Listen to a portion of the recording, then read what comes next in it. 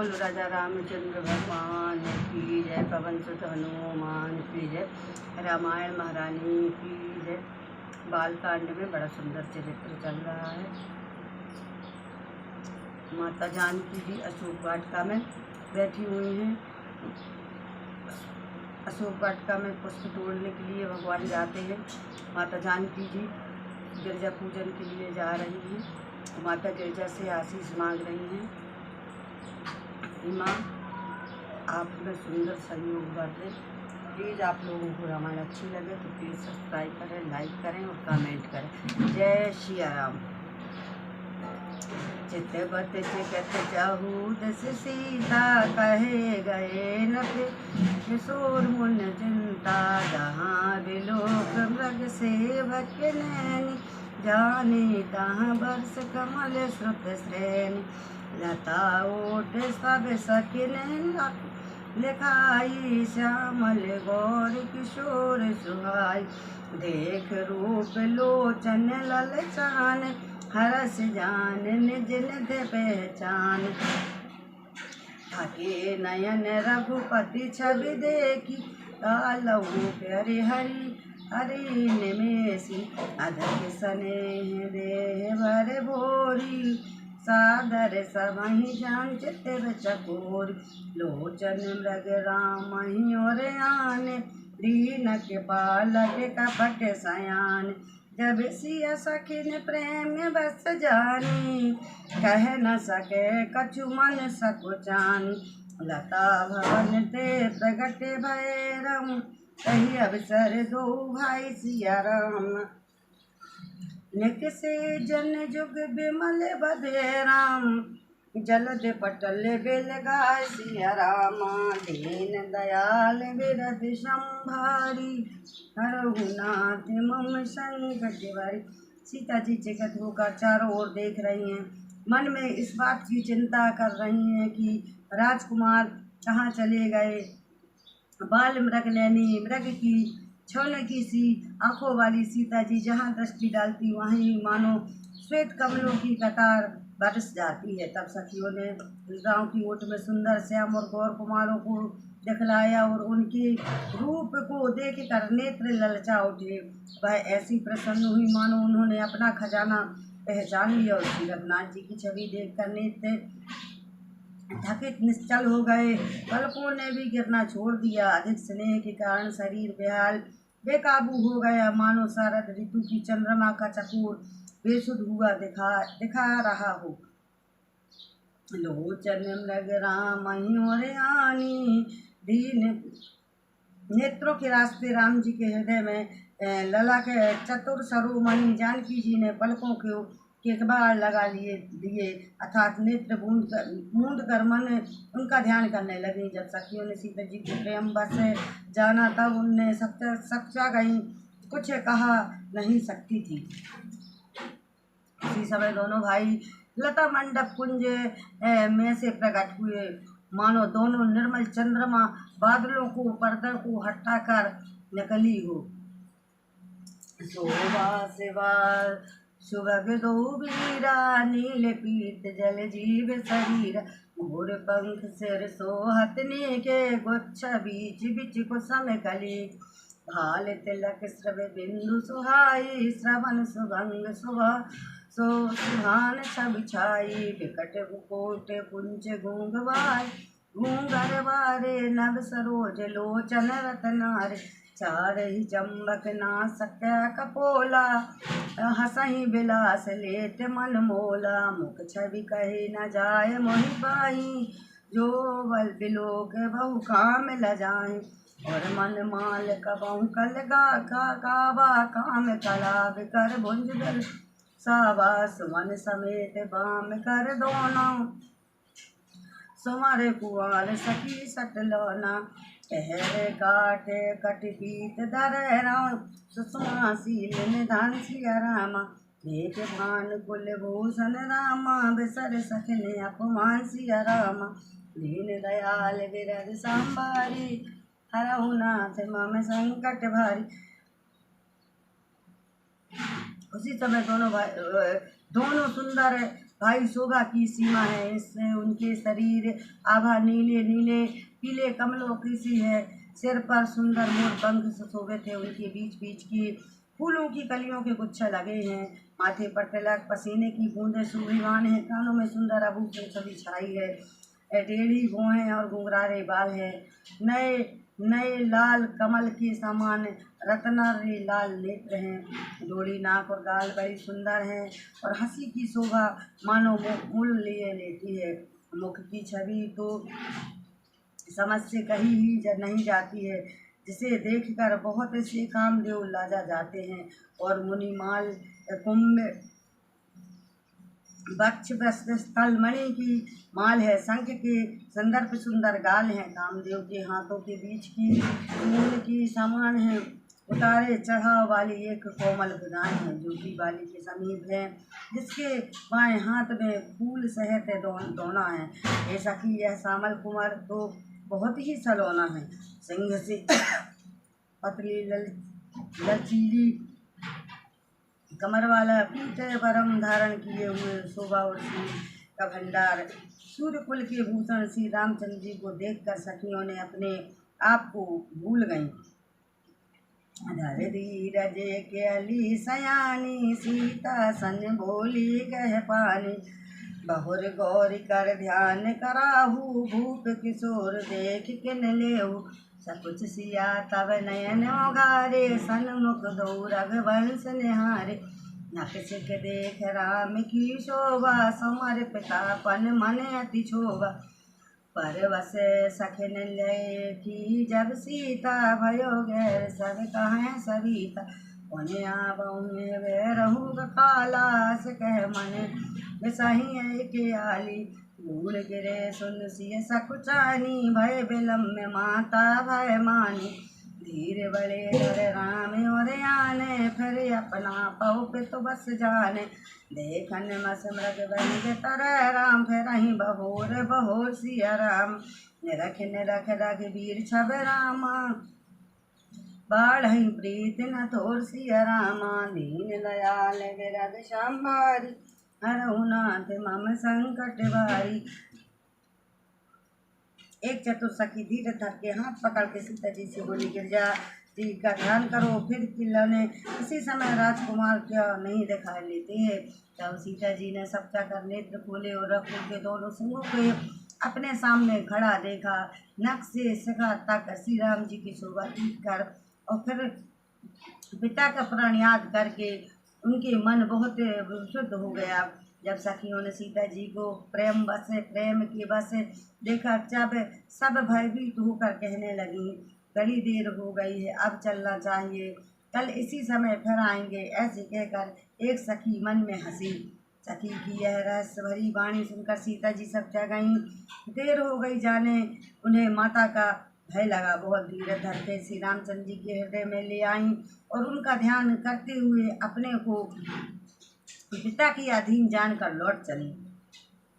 मृग पक्षी और वृक्षों को देखने पहले सीता जी को बार बार घूम जाते हैं। श्री राम जी की छवि देख देख कर उनका प्रेम कम नहीं बढ़ रहा है, अर्थात बहुत ही बढ़ता जाता है। जाने कठन साप चप बसुरे तू चले सखी और श्यामल मूरत। जान कठन बस चाप विसूरत चले राख और श्यामल मूरत। प्रभु जब सीता जानकी जाने सख सने सेवा गुण खानी। परम प्रेम मय मुदत मस्कीना चारिचता भांति लिख लीना। गई भवन भवान बहोरी बंद चरण बोली कर जोरी। जय जय गिरजा राज किशोरी जय महेश मुख चंद चकोरी। जय गज बदन पसड़ानन माता जगत जननी दामन दुत गाता। नहीं तब याद मध्य अविनाशम नासाय मत प्रभाव बंध नहीं जाना। भाव भाव विभग परम करनी विश्व विमोह विश्व की हरणी। पति देव सुत माऊ सुता है माहू मात प्रथम तुम राखो सिया राम। नेह माय मित न सकह कह राम सहस सारद से सिया राम। दीन दयाल विरद संभारी रघुनाथ मम संकट भर। शिव जी की धनुष कठोर है जानकर वह विसूरती मन में विलाप करती हैं हुए हृदय में श्री राम जी का सामन मूर्ति को रख कर चली। शिव जी के धनुष की कठोरता श्रवण आने से उनकी चिंता होती थी कि वह सुकुमार रघुनाथ जी उसे कैसे तोड़ेंगे। पिता के प्राण श्रीमती से उसके हृदय की शोभ था, इसलिए मन में विलाप करने लगी। प्रेम बस ईश्वर की विस्मृति हो जाने से ऐसा हुआ। फिर भगवान के बालक श्रवण आते ही वह हर्षित हो गई और सांवली छवि हृदय में धारण करके चली गई। प्रभु श्री राम जी से जब सुने शोभा और गुण के कान श्री जानकी जी जाती हुई जाना, तब परम प्रेम के कोमल स्वाही बनकर उनकी स्वरूप को अपने सुंदर चित्त रूपी विचार में चित्त कर लिया। सीता जी पुनः भगवान जी के मंदिर में गई और उनके चरण वंदना करके हाथ जोड़कर बोली, हे श्रेष्ठ पर्वत के राज हिमाचल की पुत्री पार्वती, आपकी जय हो, आपकी जय हो। महादेव जी के मुख रूपी चंद्रमा की ओर टकटकी लगा कर देखने वाली चकोर, आपकी जय हो। हाथों की मुख वाले गणेश जी और 6 मुख वाले कार्तिक स्वामी जी, माता जगत जननी बिजली की सी कांति युक्त शरीर वाली, आपकी जय हो। आपका आदि है न मध्य है और न अंत है, आपके असीम प्रभाव के वेद भी नहीं जानता है। आप संसार से उत्पन्न पालन और नाश करने वाली हैं, विश्व को मोहित करने वाली हैं, स्वतंत्र रूप से बाहर करने वाली हैं।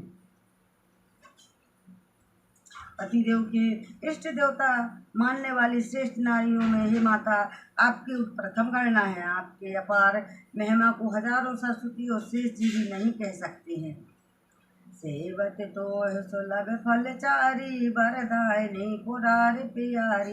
देव पूज पद कमल तुम्हारे, सुर नर मुनि सब होय सुखारे। मोर मनारथ जानहुनि के, बसहु सदा और पुर सबही के। कीन प्रगट ना कारण गाई, असे कह चरण गई दे देई। विनय प्रेम बस गई भवानी, कसमल मूरत मुस्कानी। सादर सिया प्रसाद सिर धरऊ, बोली गौर हरसिय भरू। सुनिए सुन सिया सत्य आशीष हमारी, पूजहि मनोकामना तुम्हारी। नारद बचन सद सुच साचा, सोई और मिलहि जाय बनुराचा। बनु जाए रचहि मिलहि सोबर, सहज सुंदर साबिरो। करुणा निधान सौजान शील, जनेह जानत राविरो। यही माते गौर आशीष सुन सिय, सहते ही हर सियली। तुलसी भवानी पूज पुन पुन, मुदित मन मंदिर चली। जान गौर अनुकूल रामा, सिया ही हर्ष न जाय कहे।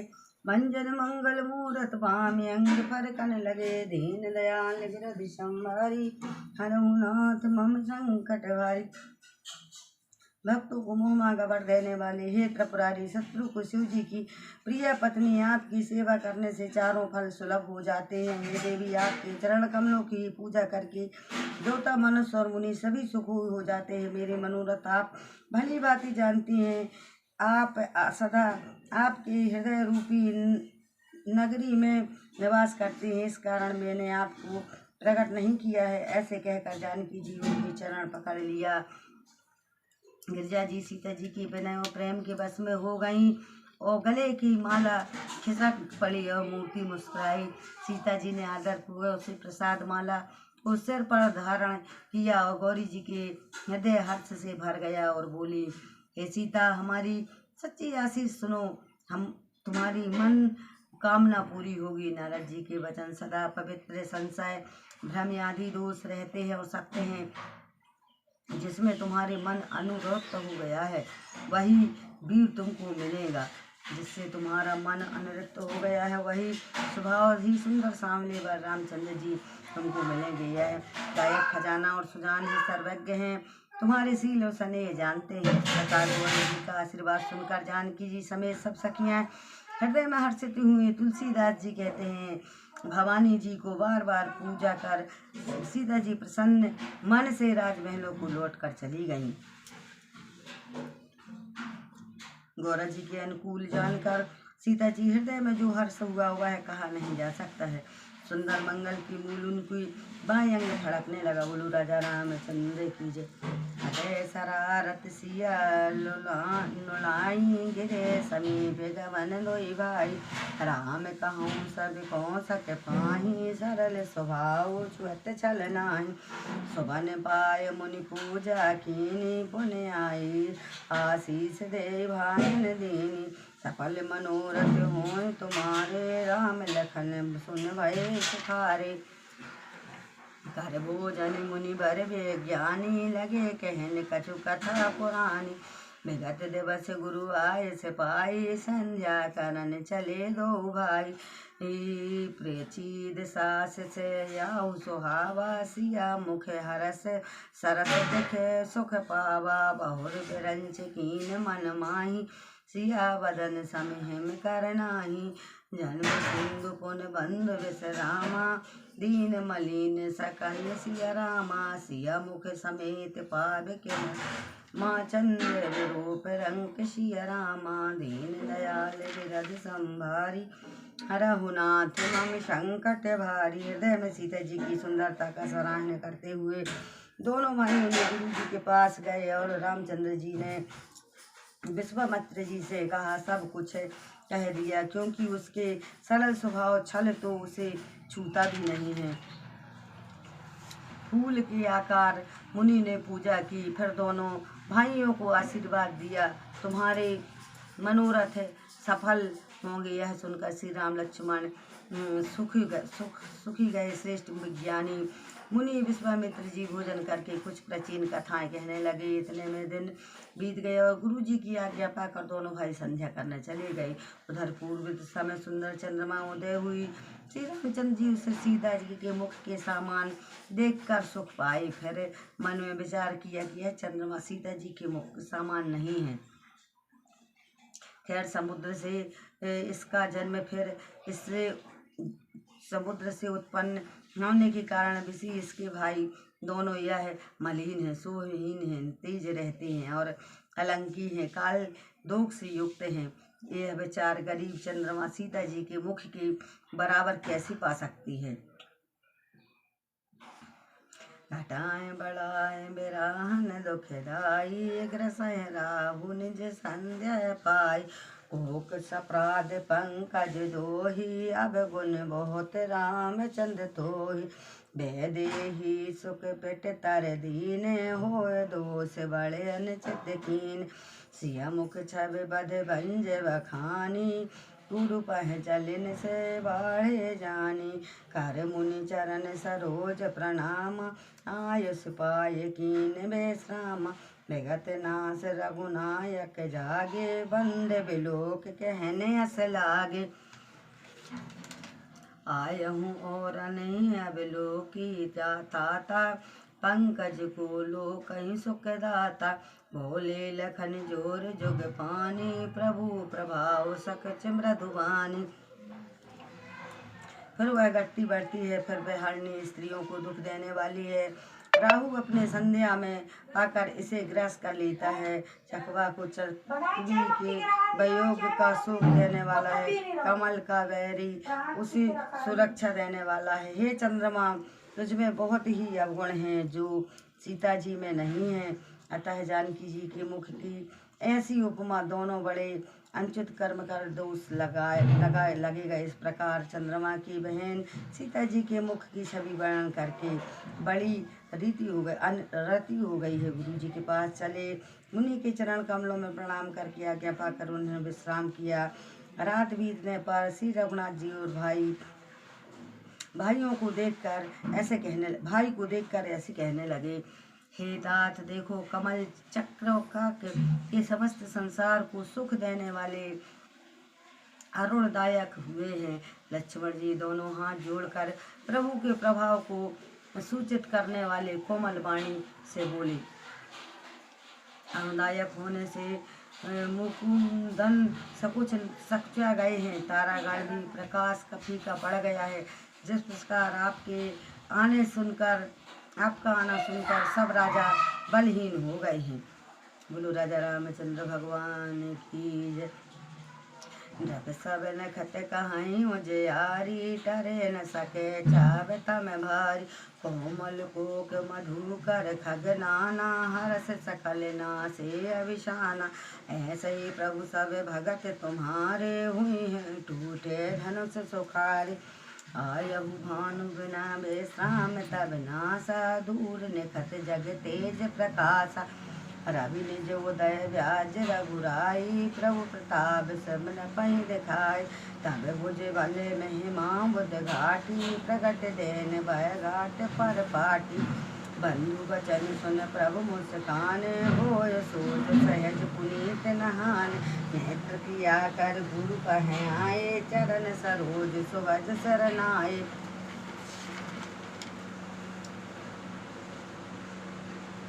सत्यानंद तब जनक बुलाए, कौशक मुनि पै तुरत उठाए। जनक विनय तन आए सुनाई, हर्ष बोले लिए दो भाई। सत्यानंद पद बंद प्रभु रामा, बैठऊ गुरु पह जाय सिया राम। चलहु तात मुनु कह तब रामा, पठऊ जना के बुलाए सिया राम।